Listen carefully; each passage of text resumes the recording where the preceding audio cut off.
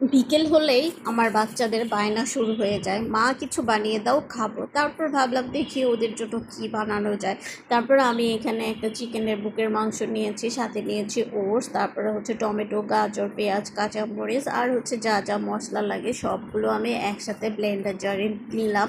তার সাথে আমি এখানে একটু বারবিকিউ সস, সয়া সস আর হচ্ছে লবণ, স্বাদ মতো লবণ দিলাম। দিয়ে তার সাথে আমি এখানে ওটস ব্যবহার করব। এখানে কেউ চাইলে পাউরুটিটাও দিতে পারে, তো আমি এখানে পাউরুটি দেবো না, ওটস দেবো। তারপর আমি এগুলো সব একসাথে ব্লেন্ড করে তারপর উপর দিয়ে একটু ওটস ছিটিয়ে দিলাম। তারপরে এখানে অন্য হাঁড়িতে চুলায় আমি পানি ফুটতে দেব। পানি ফোটার সাথে সাথে আমি এখানে এরকম একটা গোল চামচ নিয়ে নিয়েছি, এইভাবে এই চামচের সাহায্যে এই ফুটন্ত পানিতে সবগুলো দিয়ে একসাথে 5 মিনিট ধরে এগুলোকে জাল করব। তারপরে আমি একসাথে সবগুলোকেই একসাথে সিদ্ধ করে নিচ্ছি।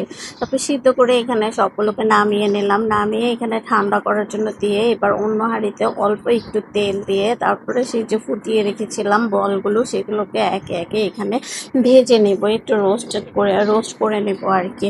তারপরে আমার এখানে যেহেতু হচ্ছে কারেন্টের চুলা, তাই ওইভাবে ভালোভাবে ভাজা যায় না। যারা গ্যাসের চুলায় করবেন তাদের জন্য ভালোভাবেই করা যাবে। তো আপনারা চাইলেও এইভাবে বাচ্চাদের বানিয়ে খাওয়াতে পারেন।